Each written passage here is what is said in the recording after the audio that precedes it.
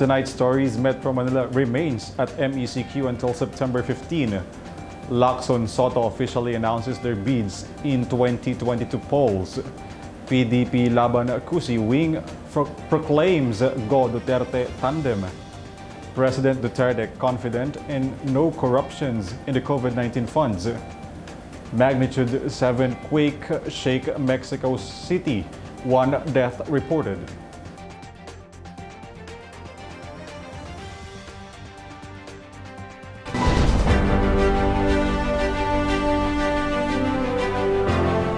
We bring you the latest happenings all over the globe. Good evening, my name is Alvin Palabello and this is Eurotv World News. The COVID-19 cases in the Philippines raised over 2.1 million infections. On a Wednesday, the Health Department has tallied almost 13,000 new cases. Active cases now stands at more than 151,000. Over 20,000 new recoveries adds into a total of almost 2 million recoveries. 174 new death cases were reported with the death toll now stands into 34,672. Meanwhile, almost 36 million Filipinos received their COVID-19 vaccines. Out of this number, over 15 million has completed their COVID-19 jabs and more than 20.8 million received their first dose. Malacanang Palace retains Metro Manila under modified enhanced community quarantine from September 8 until September 15, 2021. According to Presidential Spokesperson Secretary Harry Roque, this is after the Interagency Task Force on Emerging Infectious Diseases defers the pilot testing of the granular lockdown within the region.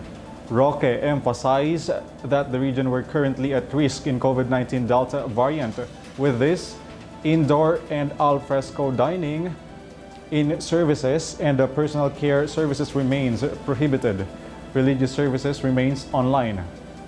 Recently, the government is set to place NCR under general community quarantine starting September 8 until September 21, along with the reimposition of the new strategy called granular lockdown.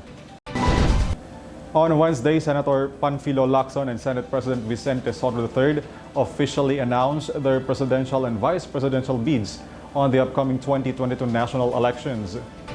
The Locsin Sotto were the first tandem who confirms their political claim in the 2022 polls. On their official announcement, Locsin recalled the President Rodrigo Duterte's Talk to the Nation public address. In his sixth and final State of the Nation address last July 26, President Rodrigo Duterte admitted that he was wrong to think that leading the country is as simple and easy as leading Davao City. Walang debate sa katotohanan. Hindi natin dapat payagan ang maling akala para sa kinabukasan ng ating bansa. Locsin and Sotto even cited some of their government platforms. We will soon see the day that COVID-19 will no longer be a scare. Kailangan ang mahigpit na disiplina sa paggastos ng kaban ng bayan. Ito na ang simula sa pamamaraan na hindi dadaan sa korupsyon, bagkus ay pagbuwag ng korupsyon. Pamamaraan na hindi nandaraya sa batas at kaayusan, bagkus ay nakabatay sa batas at disiplina.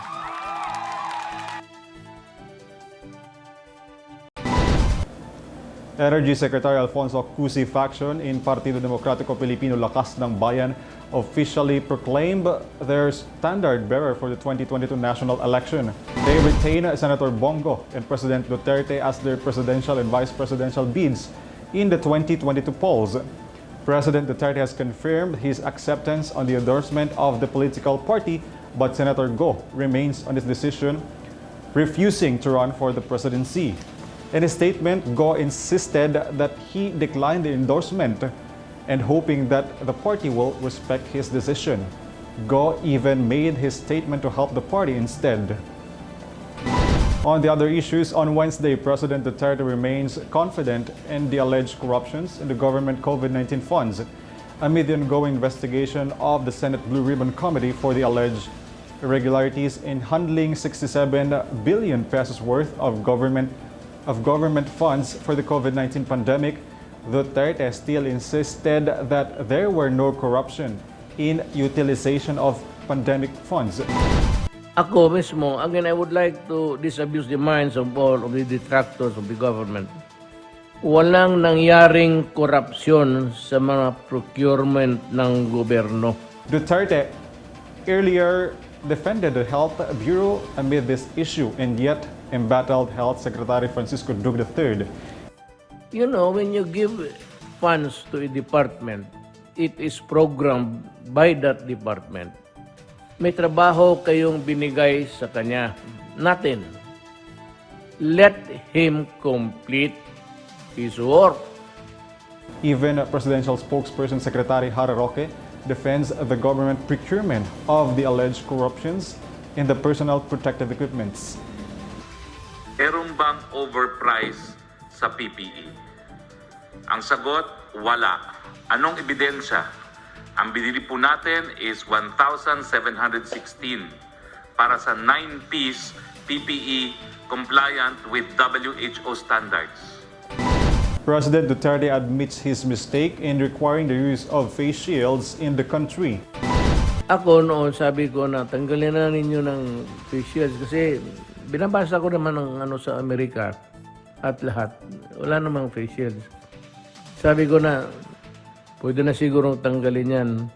But President forced to reinstate the requirement due to the risk brought by the most contagious Delta variant of coronavirus disease. Pero nung dumating itong variant na Delta, natakot ako. Yun, mali ko yun. Ako ang nagsabi na wag na. Admitahin ko yan. Anong problema? Akin yun. It was my call. But I believe in good faith na talagang hindi na kailangan.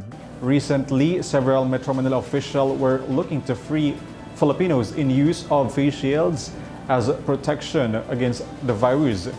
It was December last year when the government implements the mandatory use of face shields aside from face masks. When we return, highest inflation rate since January 2019 recorded this month of August.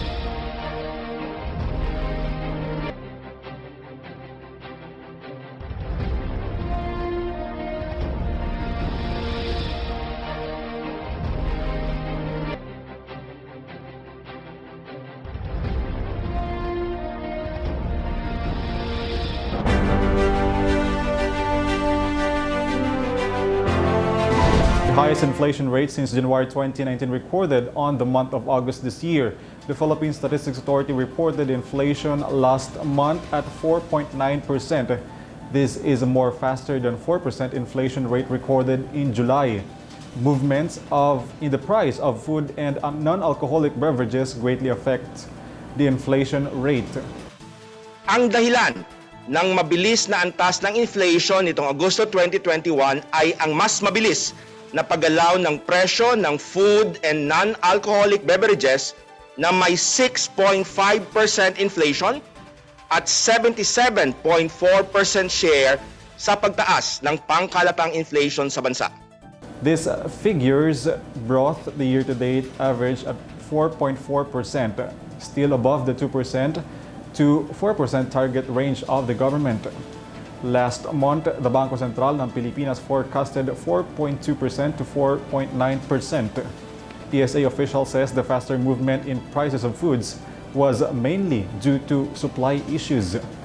National Capital Region has had 3.7% inflation, while the highest 5.2% recorded in the areas outside of NCR.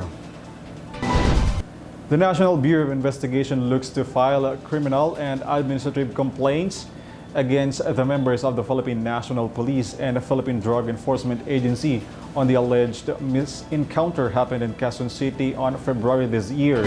The recent shooting incident left 4 fatalities and wounded individuals, with most of them are law enforcers. The NBI has filed complaints against the involved personalities. According to NBI National Capital Region Director Cesar Bacani, they file homicide cases against 4 PDEA agents for the death of 2 PNP personnel, and so was Quezon City Police for killing of PDEA agent. Attempted homicide filed against 8 cops for the shooting which resulted to wounded PDEA agents, and 4 PDEA agents involved in shooting incident resulted to wounded PNP personnel, respectively. Direct assault will be filed against Quezon City Police for physical torture of the PDEA agent during the encounter. 3 other cops will face robbery case due to the missing belongings of PDEA agents. There were no responsible for the killing of PDEA informant, as they don't recognize yet who is liable for his death. The Commission on Election plans on how COVID-19 patients can vote in the 2022 national elections while being isolated in facilities. COMELEC officials said PDL or persons deprived of liberty voting strategy could be an option. But in this time of pandemic, physical voting is quite hard to implement even on patients having isolated is a more harder thing to implement, says former health secretary. For now, online voting is the most relevant, but the commission doesn't look it as an option. For the first time in history, the Philippines will hold a national election under the pandemic. The Armed Forces of the Philippines Northern Zone Command looks to end up too soon the communist insurgency in the northern and central zone. In a statement made by NOLCOM Commander Lieutenant General Alnulfo Burgos Jr., it is only a matter of time to eradicate the New People's Army in their area of responsibility. There are 7 members of NPA surrendered to the authorities on the first 5 days of this month alone. From January 1 until August 31 this year, almost 600 former rebels returned to fold of the law. Burgos emphasized local governments and the communities plays a vital role to help them with their campaign to end local communists in their area of responsibility. Aside from the latest Olympic medalists Heidelin Diaz, Nesty Petesio, Carlo Paalam, and Yumir Marshall, the Congress also recognized 1996 Olympic silver boxing medalist Onyok Velasco. Here's the details from Vanessa Cleofas. 1996 Atlanta Olympics boxing silver medalist Mansueto Onyok Velasco Jr. paid tribute in the House of Representatives led by Speaker Lord Alan Velasco as he bring valuable contribution to the Philippine boxing community. Onyok was awarded with Congressional Certificate of Recognition hosted by Velasco in honor of 2020 Tokyo Olympic medalist Heidelin Diaz, Neste Petesio, Carlo Paalam, and Yumir Marshall. In his speech, Velasco says that 25 years ago, Onyok has become an inspirational for the future Filipino athletes in bringing pride and glory to the country. Velasco added, facing world-class competition during 1996 Summer Olympic, Onyok gave the Philippines a silver medal in boxing. Aside from a Congressional Certificate of Recognition, Onyok also received cash incentive from the contribution of House members in the Pass the Hat drive-in initiated by Speaker Velasco. Vanessa Cleofas for Eurotv World News. A magnitude 7 earthquake struck on southwestern Mexico this Tuesday. Based on the reports, the quake were located at 17.7 kilometers northeast of Acapulco Beach in Mexico. This incident left one fatality after crushed by a falling post. Rocks were falling and damaged several buildings in the state. This affected power outages in several states. According to Comisión Federal de Electricidad, the Mexico State Power Utility, 1.6 million users had been affected of power outages due to powerful earthquake. Now let's take a look at the current COVID-19 situations over the globe.